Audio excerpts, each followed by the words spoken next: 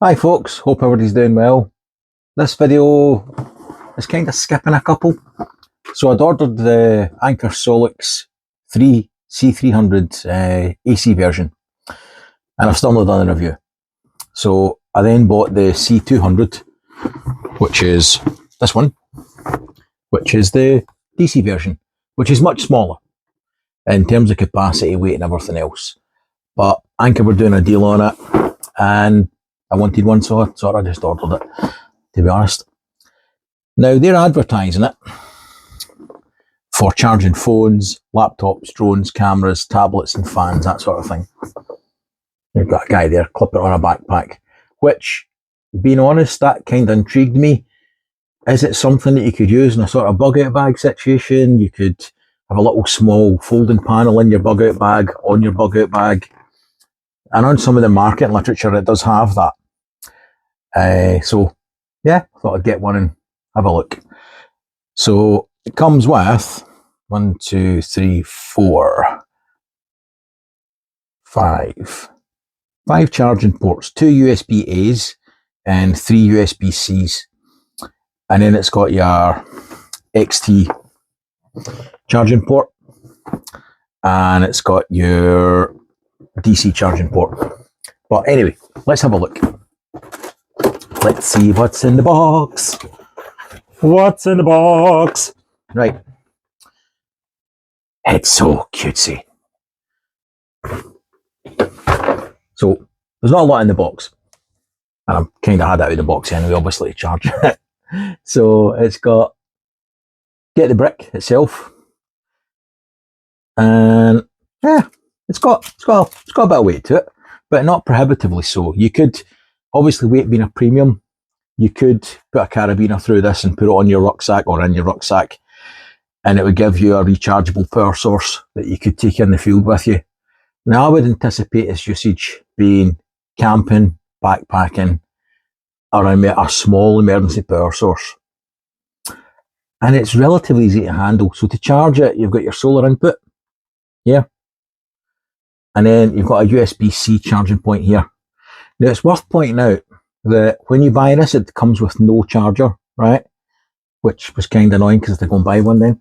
So Anker sell a charger for it, or you could do what I did and went to Tesco's and bought one like this, which you need to be careful. It's got, instead of 5 volts, it's a 9 volt. So you want a high output USB charger, and it's got to be 18 watts, right? So this was about 18 quid. Whereas the Anker one was substantially more, and I didn't see the point. Or, before I bought that yesterday, what I did do when it arrived, I plugged it into the high output socket on a Delta 2 power pack and just charged it off that. But that did take a while. It was quite slow, the charging rate, being honest. So, let's have a look at the display. Press the button! Right. Pretty much looks like the C300 in terms of the display. The app's the same. I'll screenshot the app and stick it in the video. And I've already tried it and I'm going to demonstrate it downstairs again, but it does support pass-through charging. So what I mean by that is, if you had a solar panel on there, charging it up, and then you decided you want to charge at the same time a couple of torches, some radios, whatever it was you were intending on charging, you can charge and charge this unit at the same time. So that's what I mean by pass-through charging. It does support it because I tried it, and but I will demonstrate it anyway. And I'm going to take it downstairs and do a comparison test so you can see what it looks like compared to the C300 Delta 2 Delta Max in terms of size and scale. Alright guys. Alright folks. So as you can see, this unit is a little tiny bit smaller than the rest of them. So you've got the C200, which we're talking about, C300 AC Delta 2, and the older model Delta Max. And with everything in life, size matters, or so I'm told. I don't subscribe to it personally, but anyway, never mind, that's a different story. So, this will never be this. And it was never designed to be. If you're looking for something to run a microwave, or a hot plate, or power a TV and run it, or your fridge freezer. It's not that, right? And it's never going to be that. And it was never designed to be that. But what will it do? So, rechargeable torches, your obligatory Bayfong walkie-talkie, rechargeable LED lights, randomly night vision sights, and a hand cranked wind up radio that you can also charge off USB. So what we're going to do, we're going to plug these in, see what kind of life expectancy this battery is going to give us. All right. So at the moment, in the USB A-type slots, we have a rechargeable flashlight. It's little red lights on telling it's currently charging quite happily. We've got a Bayfong radio and its charging dock. Red lights on, it's happily charging. Now, by the looks of it, we're only drawing 3 watts, right? Which would tend to hint that both these are fully charged, right? So it's not drawing a lot other than for maintenance purposes. So on that basis alone, just to maintain both these items, this power bank's got a predicted life cycle of 45 hours, right? Just for the current demands these are having, just being in a charging station and the unit being switched on, okay? And the unit's 100% charged. So I'm going to try plugging in the night vision binocular, wind up radio, and the lantern. And there's also a power bank there that I'll plug in as well. And we'll see what it does. Back in jiffy. All right, so we have a wind up, rechargeable, solar, USB chargeable radio, emergency radio. That's plugged in. We have a smaller power bank, which is currently charging. It's nearly fully charged.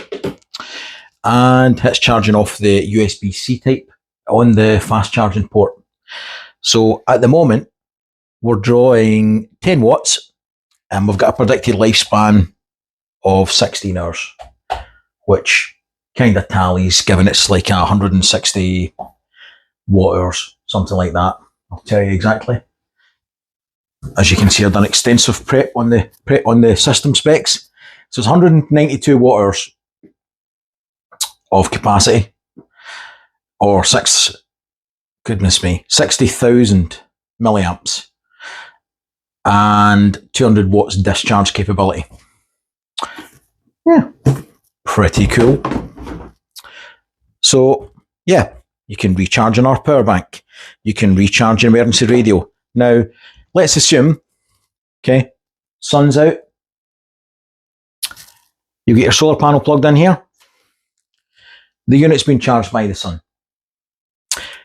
Pass through is charging this at the same time. It's also charging another power bank, right? So you can daisy chain your kit, right? When the sun's out, you can do a lot of things, a lot of options. Or you could do this if you've got a suitable DC power source. Say you're backpacking or camping, you nip into a Tesco's or something to the cafe, get a cup of tea, plug this into a seat socket next to you. Within an hour or so, this will be fully charged. And you could also be really cheeky and plug in some other things while you're drinking your tea and getting warm if you're backpacking, camping or whatever else. So there's a myriad of options for charging and a lot of applications. So the unit itself, and incidentally, I've always said in any videos I do, I pay for everything. I have no sponsorship. I get no freebies. Doesn't feel cheap. When you're engaging the USBs into the slots and the sockets, it's positive. It doesn't feel plasticky, crappy, it breaks, like it's going to snap on you or anything like that. And it's a substantial little unit. Now, I got this ordered it on the 5th of November. And Anker were doing a deal, I think it was like £105, something like £105 I paid for it delivered off of Amazon. It is going back up to 160-ish. So I didn't actually need it, but given the price, I thought, do you know what, I'll just buy one. If nothing else, it won't go to waste and it might make a decent video. So for a prepper, would I want one of these? Yep. Even if it's something just to keep in the car, because you're in the realms of portability here. The C200 is portable, you know. Delta 2 is portable. Delta Max is portable. Everything's portable if you want to lift it and lug it about. But I'd be a lot happier lugging this about and given the capacity and charging options I've got with it than I would be with lugging one of these about for occasional shit hits the fan in the back of the car, you need an emergency power source, you're stuck in a blizzard, you're waiting in the A, you've got no redundant power sources even, try and get the words right. Yeah, you could use a smaller one like that. Obviously, size generally dictates capacity. Okay? So, you've got considerably more capacity in this than you will in this.